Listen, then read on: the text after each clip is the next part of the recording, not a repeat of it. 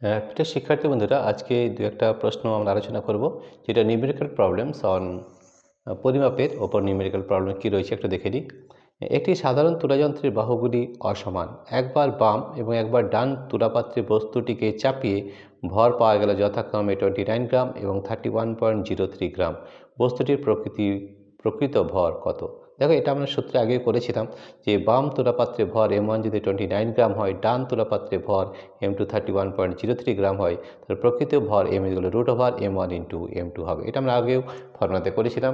তাহলে এখান থেকে ফর্মুলা বসিয়ে দিতে হবে √29 ইন্টু 31.03, এটা গুণ করতে হবে 899.87, এটা যদি বর্গমূল করা হয় 29.99 অর্থাৎ নিয়ারলি 30 গ্রাম। ঠিক আছে, তো এই সূত্রটি মনে রাখতে হবে যে দুটি যদি তুলাপাত্র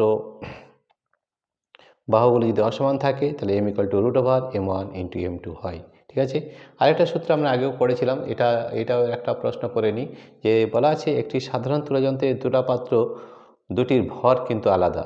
এই তুলাযন্ত্রের দুটি তুলাপাত্রে বস্তুটিকে রেখে ভর পাওয়া গেল যথাক্রমে 25 গ্রাম এবং 25.4 গ্রাম।